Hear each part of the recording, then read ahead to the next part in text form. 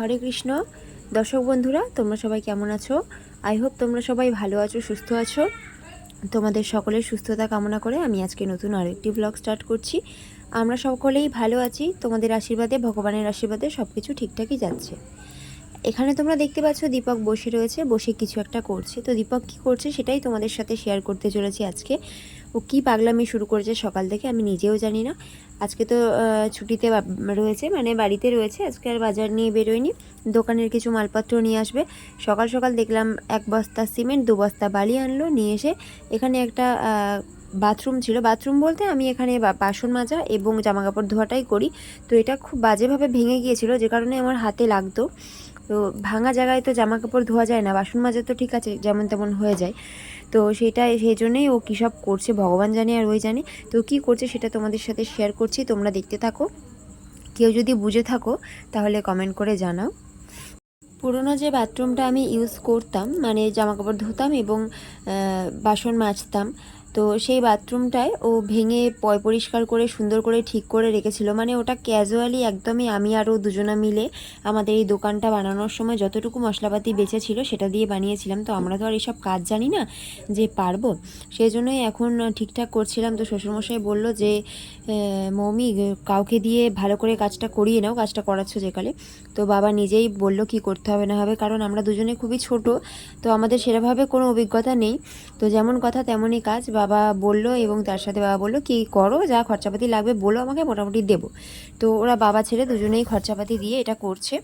আর এটা এখানে একটা বাইরের ওই জামাকাপড় ধোয়া, স্নান করা, মোটামুটি টুকটাক বাসন ধোয়া এসব করা হবে। আর এখানে তো কোনো কলের পাইপ লাগানো নেই, মানে কোনো কল নেই, এখানে একটা কল নেওয়া হবে। তো আগের দিন সকালবেলা ও কাজটাকে এগিয়ে রেখেছিল অনেকটাই, যা আর আজকে হচ্ছে যেই মিস্ত্রি কাকু কাজ করছে, ওই কাকু এক জায়গায় কাজ করে, সেখানে কাজ করে এসে রাত্রেবেলা এখানে কাজ করছে, কারণ ওখানকার কাজটাও সেই কাকু মিস করতে চায় না। সেই জন্য তো আমরা বললাম কোনো সমস্যা নেই, এখানে তো 3-4 ঘন্টার কাজ। কাকু 6:30টার সময় এসেছিল, আর মোটামুটি 9:30 10টার মধ্যে কাজ হয়ে গেছে। 10টার সময় কাকু চলে গেলেন। আর এখানে দীপক সমানে হেল্পারই করে গেছে, মানে যোগান দিয়ে গেছে, মশলা মাখা, ইট দেওয়া, যেভাবে যা যোগান দিতে হয় সেগুলো দিয়ে গেছে। তো সেগুলোই তোমাদের সাথে শেয়ার করছি। আমাদের উঠোনটা অর্ধেকটা ইট পাতানো আছে, অর্ধেকটা মাটি, আর মাটির দিক থেকেই শুরু করে একটা দিকে আমার দোকান করা হয়েছে। এখন প্রায় 9টা 10 হয়ে গেল, আর প্লাস্টারের কাজ শেষ হয়েছে। সঙ্গে সঙ্গে দেখো কেমন বৃষ্টি নেমে গেছে। আমি তো পুরো মানে ঘাবড়ে গেছি যে এইভাবে বৃষ্টি নেমে গেলে কি হবে, কারণ সবে ডেটো করা হবে, সিমেন্ট লাগানো হবে। এই যে কিছুটা করে ডেটো লাগানো হয়েও গিয়েছে, আর এখন যদি বৃষ্টি আসে তো সমস্ত সিমেন্ট ধুয়ে যাবে। আমি তো দৌড়ে দৌড়ে গোপালের কাছে গেলাম যে গোপাল কিছু একটা করো, এরকমভাবে বৃষ্টি নামলে খুব সমস্যা হয়ে যাবে। তো গোপাল আমাদের সহায় আগেও ছিল, এখনও আছে, আর ভবিষ্যতেও থাকবে। আর ভক্তিতেই মুক্তি একটা কথা আছে, আমার সঙ্গে সঙ্গে এই কথাটা মনে পড়ে গেল। আমার ঠাম্মা একটা কথা বলতো যে ভক্তিতেই মুক্তি, তুমি যতটুকু ভক্তি করবে ঠাকুর ততটুকু সেভাবেই তোমাকে মুক্তি দেবে। একদমই তাই, সেই জন্যেই হয়তো এই দিনটাতে কোনো অসুবিধা হয়নি, নাহলে প্রচণ্ড পরিমাণে মেঘ করেছিল এবং বিদ্যুৎ চমকাচ্ছিল, মানে সাংঘাতিক 3-4 ঘন্টা বৃষ্টি হওয়ার প্ল্যান নিয়ে মেঘ রেডি ছিল আর কি। তো গোপাল বাধা দিল, বললো এখন বৃষ্টি হোস না, অনেক কষ্ট করে এই বাথরুমটা ওরা বানাচ্ছে। তো বৃষ্টি হচ্ছে বলে আমার শ্বশুরমশাই আর দীপক দুজনে মিলে এইভাবে প্লাস্টিক দিয়ে দিয়ে আটকাচ্ছে। কিছুটা বৃষ্টি এসছে, মানে একদম হালকা মাটি ভেজা বৃষ্টি এসছে, সিমেন্ট ধোয়ার মতো বৃষ্টি এখনও আসেনি। তো আমি এভাবে মাথার মধ্যে টাওয়াল দিয়ে দাঁড়িয়ে রয়েছি, কারণ মাথাটা তো ভিজে গেলে ঠান্ডা লেগে যাবে। তো বাথরুমটা হয়েছে 2 দিন আগে, আর 2 দিন পর আমি এখন এডিটিং করছি। তোমরা বুঝতে পারছো আমার গলাটা অনেকটা ভারী রয়েছে, আজকে তো একদমই শরীরটা আমার ভালো নেই, আর ঠান্ডা লেগেছিলো, কারণ 2-3 দিন বৃষ্টিতে একটু একটু করে ভেজা পড়েছে। আর এই বাথরুমটা যেদিন রেডি হচ্ছিলো ওই দিনও হালকা একটু জল পড়েছে মাথায়। তো কাকু যে কাজ করেছে, সেই কাকুর হাতের কাজ খুব সূক্ষ্ম আর খুব সুন্দর।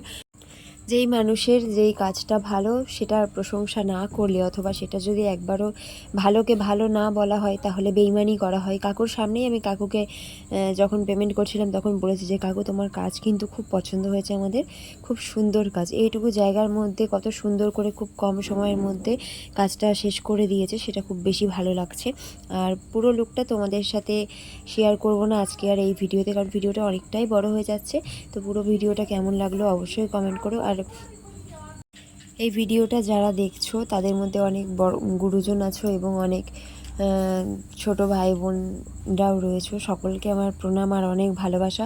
আর এইভাবে তোমরা আশীর্বাদ করো আর আমাদের এই পেজটাকে বা চ্যানেলটাকে অনেক অনেক ভালোবাসা দিও, যাতে আমরা ভবিষ্যতে আরও অনেক কিছু করতে পারি। সত্যি কথা বলতে নিজেরা কিছু করার একটা আলাদা মজা, আলাদা আনন্দ। যতই বাবা মা যেটাই করে দিক না কেন, দেখো বাবা মা করে দিল সেটা তো মর্ম আমরা কেউই দিতে পারি না। বাবা মা যেটা করে না সেটার মর্ম আসলেই কেউ দিতে পারে না, আমার যেটা মনে হয়। কারণ নিজে কিছু করলে না সেটা মনে হয় কতটা কষ্ট করে নিজে করেছি, কিন্তু যে জিনিসটা করে নিজে হাতে করে তার কষ্টটা কতটুকু এফোর্ট সেটাতে দেওয়া রয়েছে সেটা কিন্তু সেই বুঝতে পারে, তাই তার মর্মটা সে ভালোভাবে দিতে পারে। আমরা যেভাবে একটু একটু করে জিনিসগুলো তৈরি করছি আমরা এটার অনেক মূল্য দিই।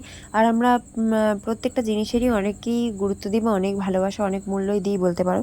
এরকম কোনো ব্যাপার নেই যে বাবার জিনিস গুরুত্ব দিই না, কিন্তু নিজে কিছু করার একটা আলাদা মর্ম, আলাদা ভালোবাসা, সেটা একটা আলাদা জিনিস, এটা মনে করি। তো বন্ধুরা, পুরো ভ্লগটা কেমন লাগলো কমেন্ট করো, আশা করছি ভালো লাগলো।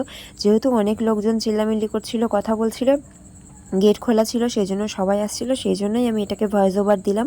আর সুন্দর করে গুছিয়ে কিছু বলার প্রয়োজন ছিল তাই। তো ভিডিওটা ভালো লেগে থাকলে শেয়ার করে দিও।